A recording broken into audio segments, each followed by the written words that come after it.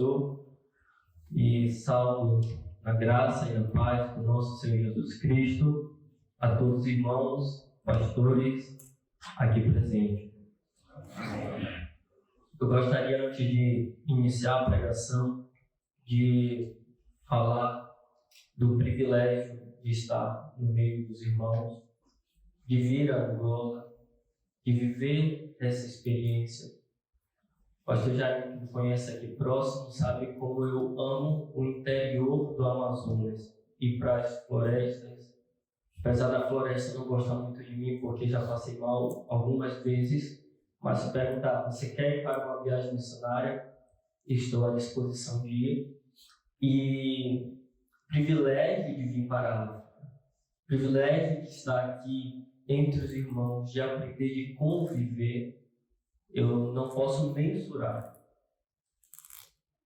E o privilégio de estar aqui, na verdade, para mim, parece um peso, porque eu sou novo, como o pastor falou, mas eu me sinto assim, que não posso falar aos irmãos, mas pela autoridade das Escrituras, pela graça do Senhor, a sua misericórdia, falarei nessa manhã com toda a humildade, com todo o temor e com a alegria de poder expor a palavra do Senhor aqui neste outro continente.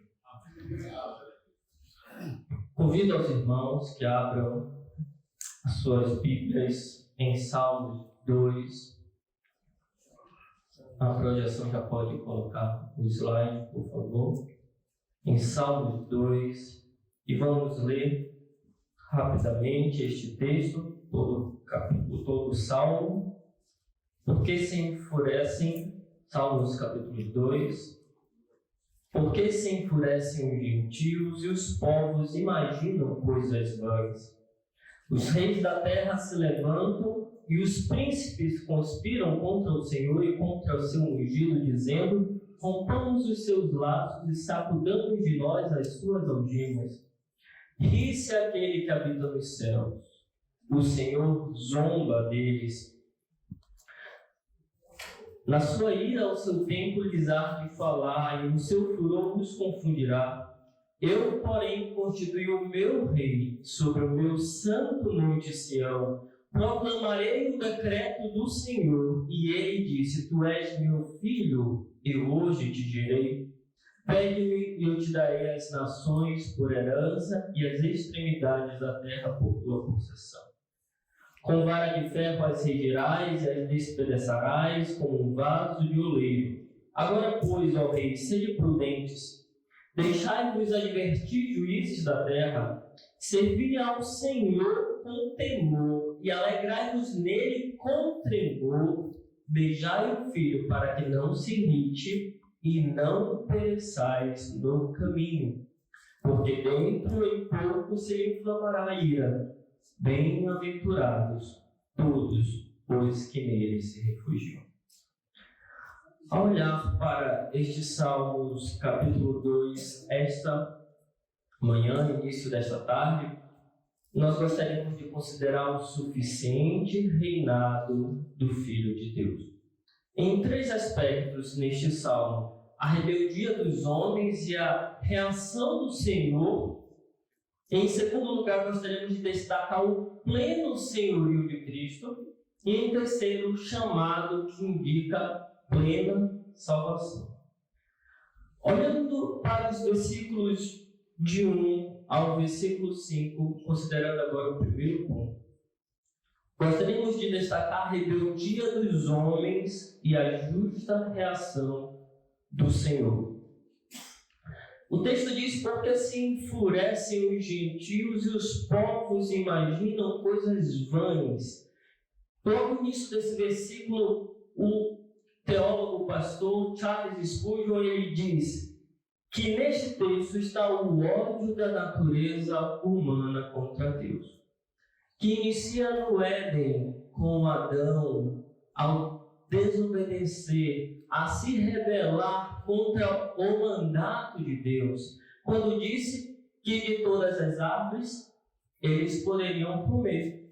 Mas a árvore que estava no centro do jardim, dessa não deveis comer, porque no dia que dela comer, certamente morrerás. E a rebeldia do homem, acreditando ali por Eva, nas palavras da serpente, que se tornaria como Deus. Então essa rebeldia natural que iniciou com nossos pais, percorre-se todas as gerações.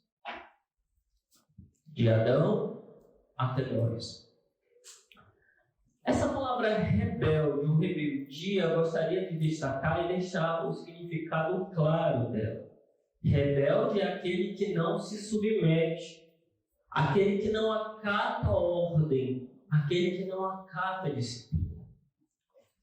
Então, naturalmente, somos rebeldes desde o nosso nascimento. Eu sempre lembro que os pais não precisam ensinar às crianças o que é correto, o que é errado. Não. Porque naturalmente elas agem de modo errado. Os pais, eles precisam disciplinar os filhos, aquilo que é correto, aquilo que é certo, aquilo que é bom. Porque o homem é naturalmente, desde seu nascimento, mau. E todos nós, essa é a condição natural de todos nós. Essa rebeldia, então, ela é escancarada quando, citado este texto em Atos, no capítulo 2, no versículo 25 e 27, quando cita este texto que diz assim: que disseste por intermédio do Espírito Santo por boca de Davi nosso pai, por que se enfurece os gentios e os povos imaginam coisas vãs? Aqui esse texto é aplicado exatamente quando os homens, quando os religiosos, quando os reis daquele período se levantam contra Cristo para o crucificar. Ele diz: levantaram-se os reis da terra, as autoridades ajuntaram-se uma contra o Senhor e contra o seu ungido, porque verdadeiramente se ajuntaram nesta cidade contra o teu santo, contra o seu santo servo Jesus, o qual os Herodes, o Pôncio Pilatos, com os gentios e gentes de Israel.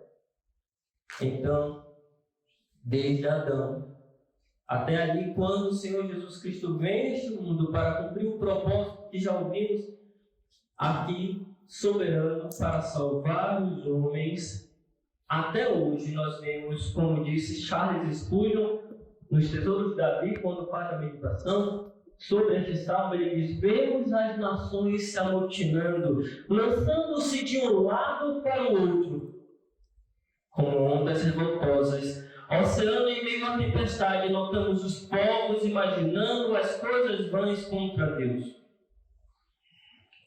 Agora percebam, logo quando o texto diz: estes que são naturalmente rebeldes contra Deus, ele diz: rompamos os seus e sacudamos de nós as suas algemas.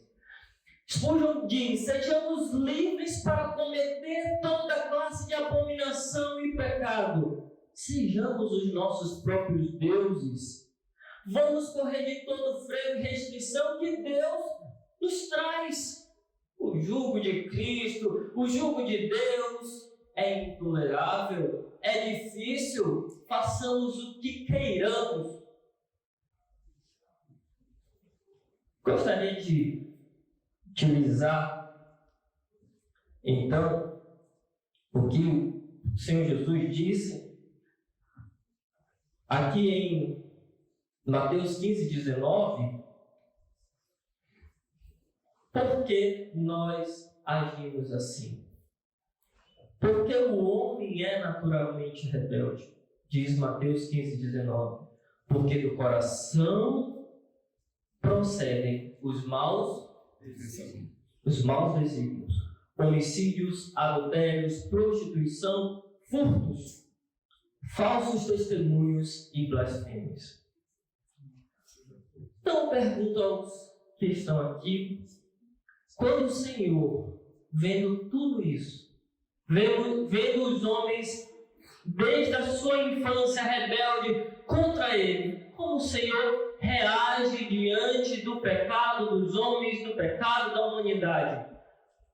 Vejamos, então, a reação do Senhor. O que diz o versículo 4 no Salmos 2 que estamos lendo?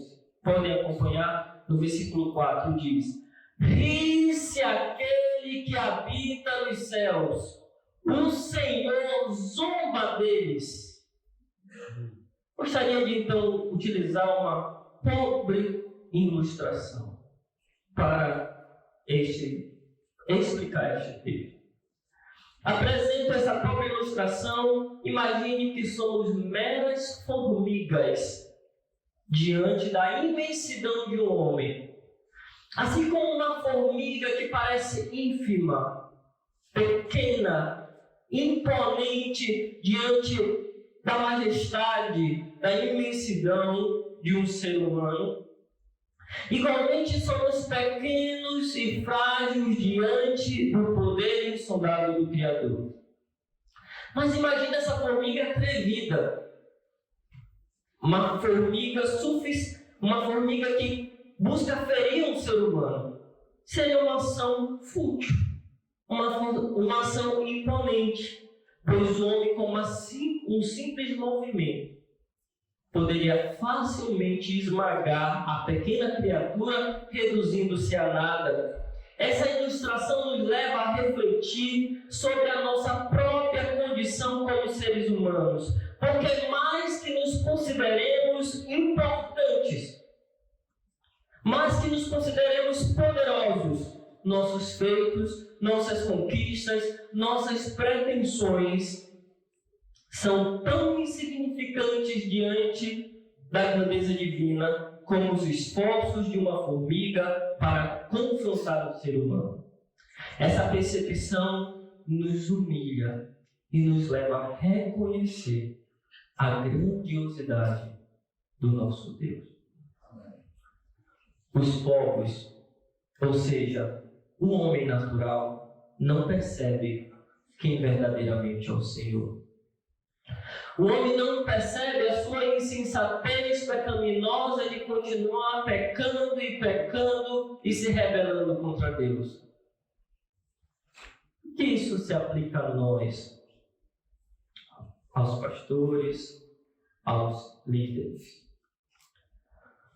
O que se aplica é que nós devemos sempre considerarmos que a nossa natureza, o velho homem, ele é rebelde contra o Senhor.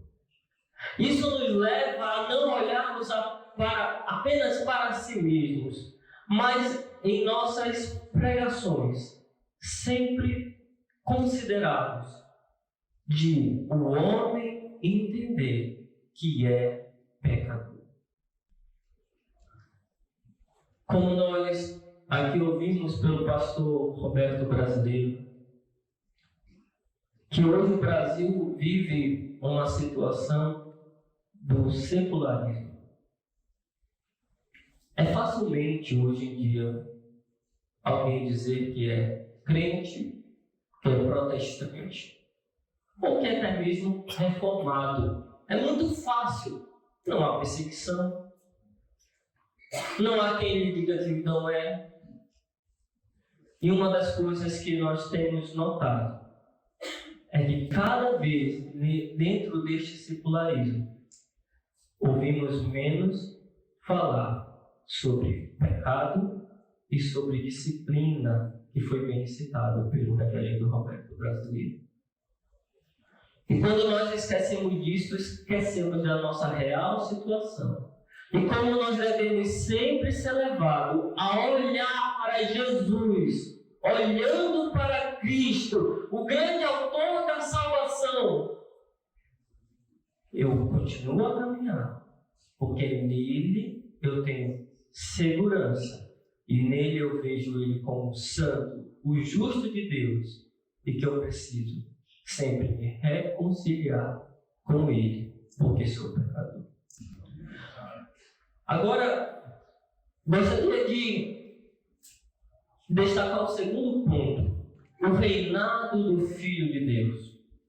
Diante desse todo turbilhão, de toda a rebeldia da humanidade, o Senhor, Ele quis constituir um rei para reinar. Um rei. O suficiente rei. Essa palavra suficiência, eu gostaria então de explicar aos irmãos, para que nós possamos compreender o todo que é o suficiente reinado de Cristo. Suficiente por quê? Se eu pegar aqui uma garrafa dessa, que nós recebemos de água, estamos entregando, ela nunca vem até a tampa. Ela sempre ali ainda tem um espaço de, eu acho, 1 ou 2 dedos. Ou seja, ela não está cheia. Ela não está plena. O reinado do Senhor, a ação do Senhor Deus a constituir Jesus como rei, é que ele vai ser pleno rei. Um rei suficiente para gerir, para governar todos. Todos. Por isso que toda língua, como ouvimos aqui, confessará que ele é Senhor. Ele é o único rei, não há outro. Ele é o pleno rei. E como nós vemos lá na frente, e por ele ser o rei, ele é o único que pode nos conceder também plena, suficiente salvação. Vejamos então agora o versículo que diz, pode passar, versículo 6, porém, o texto pode sair, o versículo. Ok, primeiro, seu reinado é pleno. Letra A, eu porém constituí o meu rei sobre o meu santo monte Sião. Aqui eu gostaria de fazer um paralelo rapidamente com Jessé. Quando Samuel vai até Jessé para escolher um dos filhos dele para ser rei. Diz o texto, vou aqui parafrasear aqui, Jessé trouxe os filhos e todos se apresentaram. Tinham entre os filhos aquele que era do exército de Israel. E quem olhasse pensaria, possivelmente este aí vai ser rei. É interessante que nessa história, Jessé não chamou Davi. Eu sempre pensei assim, eu acho que ele pensava, esse aí nunca vai ser rei. Disse que Davi estava no campo. Perguntou Samuel a Jessé, acabaram-se os seus filhos? Ele respondeu, ainda falta o mais moço que está apacentando as ovelhas. Disse, pois, Samuel a Jessé, manda chamá-lo, pois não nos assentaremos à mesa até que a mesa sem que ele venha. Então mandou chamá-lo, fê-lo entrar. Ele era ruivo, de belos olhos e de boa aparência. Disse o Senhor. Disse quem? Senhor. Pergunto novamente aos irmãos. Disse quem? O Senhor. Levanta-te e unge, pois este é ele. Porque o Senhor, meus irmãos, diz aqui nesse mesmo texto, não vê a aparência, mas vê o coração. O Senhor, assim como constituiu, não pela aparência, a Davi, como os homens olhariam, assim o Senhor, ele constituiu para reinar um só homem. Deus homem. Soberanamente constituiu Cristo Jesus. Ele constituiu seu rei. Não foi pela escolha dos homens, pela escolha divina. Calvino diz, vemos posto diante de nós o imutável, eterno propósito de Deus, a defender eficazmente até o fim o reino do seu Filho, o qual ele é o fundador. Isso deve trazer suporte à nossa fé em meio aos mais turbulentos tumultos do mundo. Eu digo que o Brasil viveu uns dias para os evangélicos mais tristes. onde tinham duas pessoas que eram candidatos ao governo. Infelizmente, os evangélicos entraram em levantar bandeira, e muitas vezes dentro de suas próprias denominações, para determinar um candidato. É interessante que quando nós entramos nessa briga de levantar bandeira, nós não olhamos para aquele, muitas vezes, que reina soberanamente. Daqueles que institui rei, daquele que remove reis. Com o passar do tempo, nós vivemos períodos na igreja tão turbulentos como o período de Nero, que levava as igrejas para serem assassinadas. E o Senhor pergunta: não reinava? Não foi Ele que diz que as portas do inferno não prevalecerão contra a igreja? Pode vir rei que for, do que seja mais amigo da igreja ou inimigo da igreja, mas nenhum deles pode derrubar a igreja, porque o Senhor já constituiu o seu rei para reinar. Em segundo lugar, no ponto 2, gostaríamos de destacar que Deus proclamou a sua filiação, a sua exclusiva filiação, porque aquele que vai reinar é o seu filho. Diz: proclamarei o decreto do Senhor. Ele me disse: tu és meu filho, eu hoje te gerei. Aquele que Deus estabeleceu desde a eternidade. Lá no Gênesis, quando ele disse que da semente da mulher nasceria um que esmagaria a cabeça da serpente, lá no Éden, quando ele disse que quem seria aquele que viria, este seria seu filho. Eu acho esse salmo tão lindo. Este salmo 2, eu olho para ele e vejo assim, pleno reinado do Senhor, o Senhor Deus agindo em geração para construir aquele que seria o rei. E aqui, Davi, como um profeta, ele diz: proclamarei o decreto do Senhor. E ele me disse: tu és meu filho, eu hoje te gerei. Gostaria de lembrar as palavras que o Senhor fala no batismo de Jesus, quando diz: eis uma voz do céu que dizia: este é o meu filho amado, em quem a minha alma se compraz. Esta é a nobre prova da gloriosa divindade de nosso Emanuel, como disse Spurgeon. Essa é a nobre prova. Ele é filho de Deus. Ele foi enviado por Deus. Ele, como diz em João capítulo 1, versículo 1, no princípio era o Verbo, e o Verbo estava com Deus, e o Verbo era Deus. Quando nós ouvimos em João 1,14, diz que o Verbo se fez carne. O Filho de Deus se fez carne e habitou entre nós.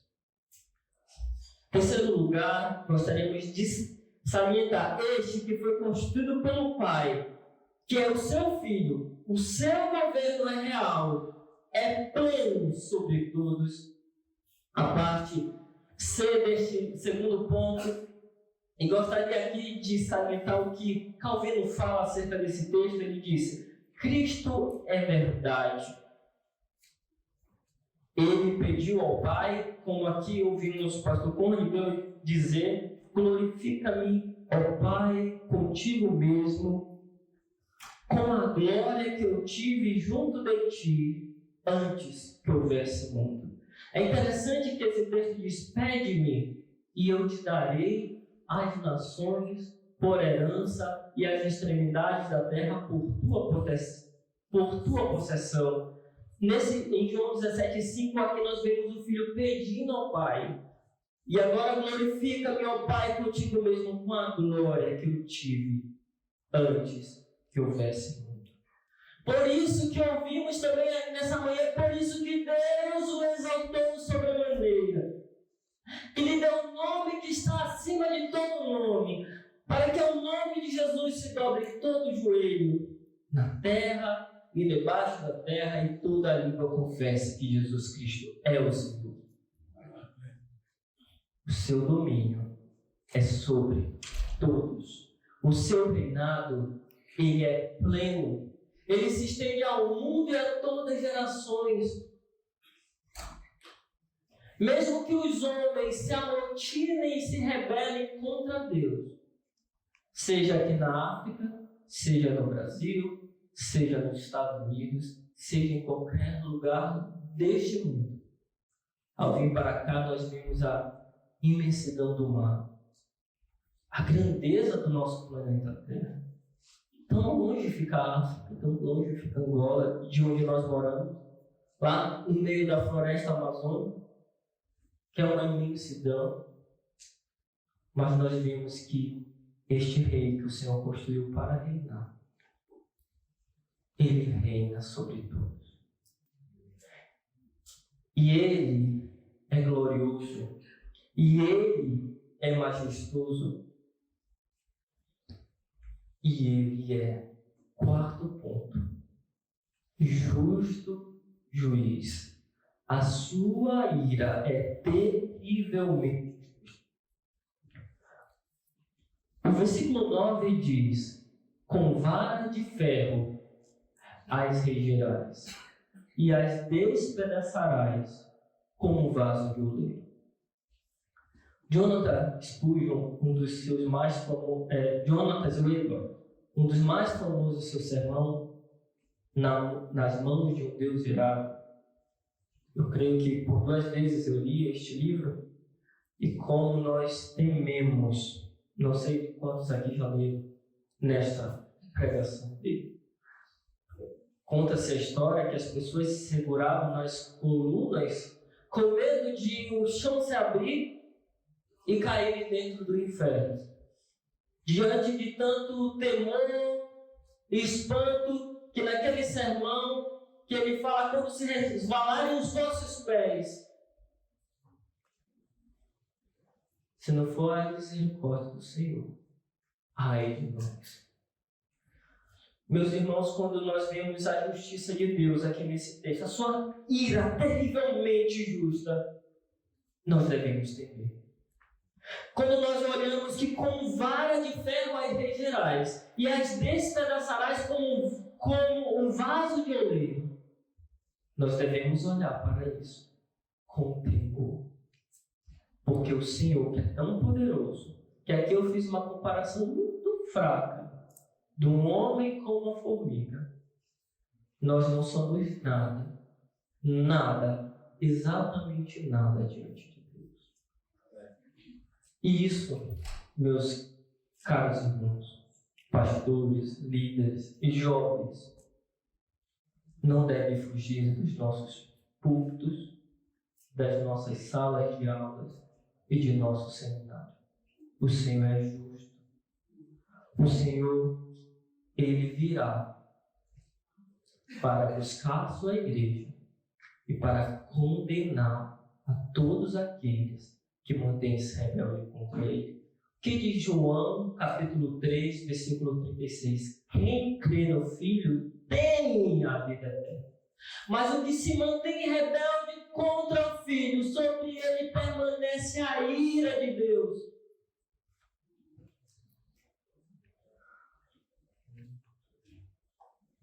Ezequiel, capítulo 8, versículo 18, mostra esse furor que o Senhor terá contra todos aqueles que se rebelam contra o seu Filho.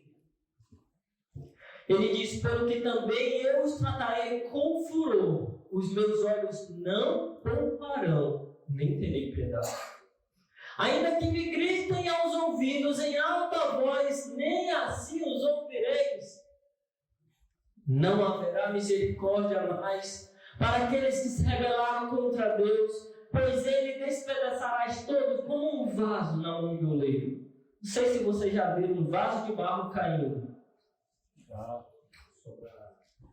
tudo se despedaça. Assim o Senhor derramará sua ira contra todos eles que se rebelaram, como nós ouvimos aqui, contra este Cristo, Cristo ressurreto, Cristo glorioso, o Cristo que é o Senhor dos senhores e o Rei dos reis. Consideramos em último lugar o chamado que indica plena salvação. Agora, ó reis, em terceiro lugar, agora, ó reis, sede prudentes. Deixai-vos advertir, juízes da terra, que diz o versículo 10, servi ao Senhor com temor e alegrai-vos nele com tremor.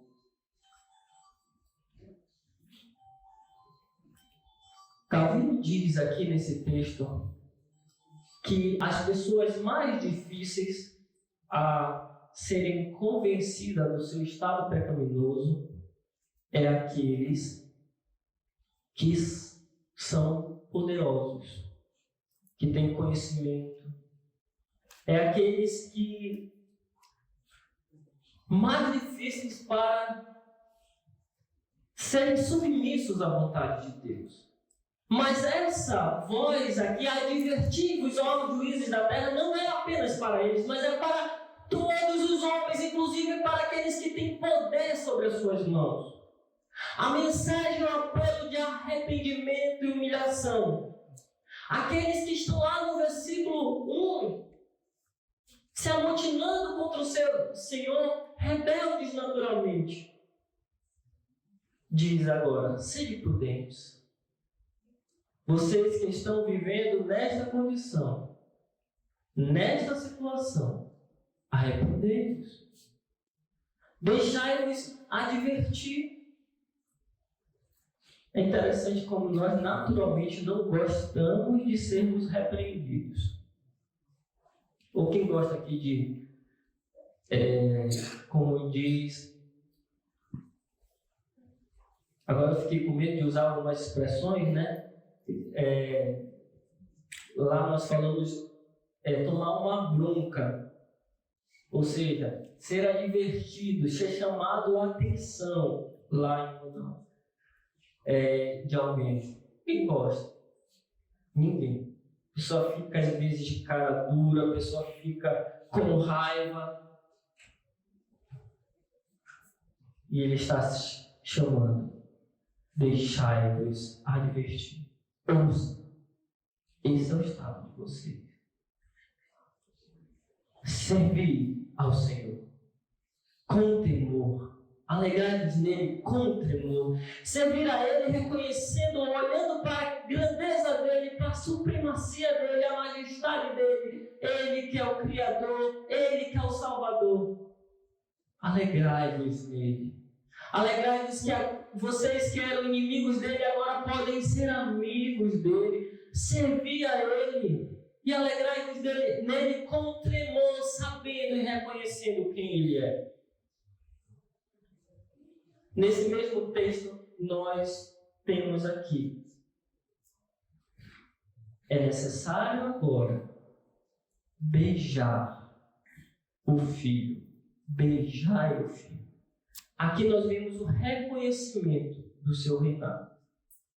No período medieval, no próprio período ali de Davi, quando se vinha a presença do rei, era comum se ajoelhar e beijar a mão. O que significava este beijo? Significava reconhecimento de que ele é o rei. E o texto diz: beijai o filho, para que não se irrite, não pereçais no caminho, para aquilo que o rei disse: despedaçarais como um vaso na mão de oleiro, não seja sobre nós. Então beije o filho, para que não seja condenado, para que não seja condenado ao inferno, para que não se caia sobre vós a ira de Deus, porque dentro em pouco se lhe inflamará a ira. Não falta muito, irmão. ele virá e não tardará. Este rei glorioso, majestoso, ele vem. Cremos nisso? Como líderes, como os pastores, cremos nisso para as nossas vidas. Vivemos como se ele estivesse já voltando. Temos ensinado a ser que o Senhor virá, assim como João Batista diz, arrependei-vos. Essa deve ser a pregação em Angola, no Brasil, na África, nas Américas, no mundo. Arrependei-vos, porque é chegada a hora, Jesus virá outra vez. E aqui eu gostaria de finalizar a mensagem esta manhã com o consolo que vem no final deste salmo. E eu pergunto, qual é o consolo? Logo, final, bem-aventurados todos os que nele se refugiam.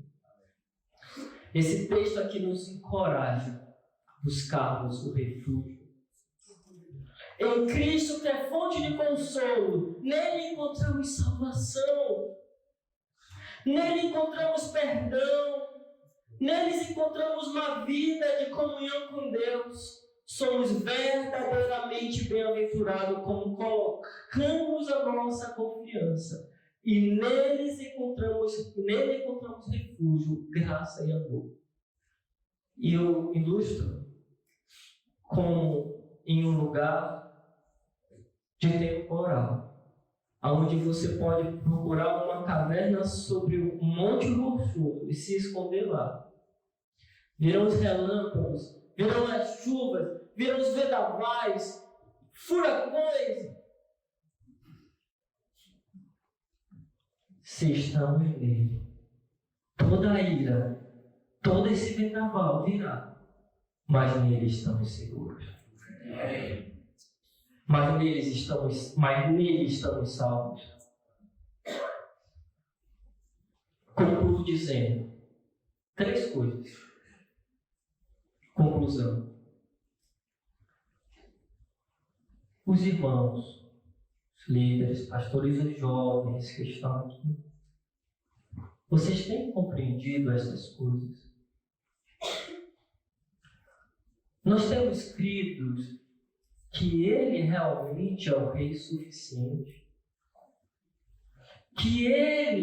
Nós temos realmente vivido como servos deste reinado de Cristo. Em primeiro lugar, para nós nos avaliarmos, se confessarmos a nossa natural rebeldia, como disse 1 João capítulo 1, 9 ao 10. Se confessarmos os nossos pecados, Ele é fiel e justo para nos perdoar os pecados e nos justificar de toda injustiça. Mas se nós aqui dissermos, não temos pecados, fazemos-no mentiroso e a sua palavra não está em nós. É isso que nós precisamos considerar para as nossas vidas. Somos rebeldes naturalmente, mas pela graça nós encontramos refúgio nele. Como servos e discípulos deste Rei, nós precisamos também ensinar, evangelizar a todo mundo que vocês são pecadores, rebeldes, e precisa de um Rei que pode salvá-lo. Ele é Rei. Segundo lugar, se nós renunciarmos tudo em nós e a tudo aquilo que se revela contra este Rei, Ele disse, o Senhor Jesus, se alguém quiser vir após mim, o que Ele diz? Siga-me. Não, Ele diz, primeiro, negue-se a si mesmo. Negue-se a si mesmo, as suas vontades, o seu coração orgulhoso, a mentira, neguem tudo que se confronta contra o Senhor, que mostra rebeldia contra o Senhor. Aí então, tome a sua cruz e siga-me, pois quem quiser salvar a sua vida perderá, e quem perder a vida por causa de mim, acha-la. Aqui eu acho que ninguém conheceu pessoalmente, mas eu gostaria de destacar um homem que foi muito importante para a minha vida. Pastor Haroldo Fuller Brandt, missionário americano que foi para Manaus em 1959, em julho de 1959. Ficou até 2012, sendo missionário cerca de 53 anos em Manaus. E ele teve um papel tão importante no interior e na cidade de Manaus, das igrejas batistas. E uma das coisas que eram sempre presentes na sua mensagem do início ao fim era o Senhor Jesus. Era o Evangelho do Senhor Jesus. Se nós, como líderes, pregadores e jovens, fugirmos, seja no culto, seja no louvor, seja na pregação, de expor este Rei que é Cristo Senhor, de nada valerá o nosso culto, a nossa pregação, porque Ele disse: eu sou o caminho, a verdade e a vida, e ninguém vem ao Pai senão por mim. Ele é o Rei suficiente, Ele é o Rei suficiente. É Ele que precisamos seguir, é Ele que precisamos amar, e é Ele que precisamos obedecer. Se nós não obedecermos os seus mandamentos, o seu amor não está em nós. Por isso ele disse: guardardes os seus mandamentos, permaneceis no meu amor, assim como também eu tenho guardado os mandamentos de meu Pai, no seu amor permaneço. De nada adiantará nós falarmos que servimos este Rei, amamos esse Rei, se desprezamos a sua palavra, se não obedecemos e não vivemos e não temos uma vida condizente com os mandamentos do Senhor. Finalizo aqui dizendo: suficiente reinado de Cristo. Ele deve estar presente em nossas vidas, não apenas no que falamos, mas nas nossas ações, sendo demonstrado no amor um para com os outros, no servir um para com os outros, por amor de Cristo, o Rei dos Reis e Senhor dos Senhores. Amém. Amém.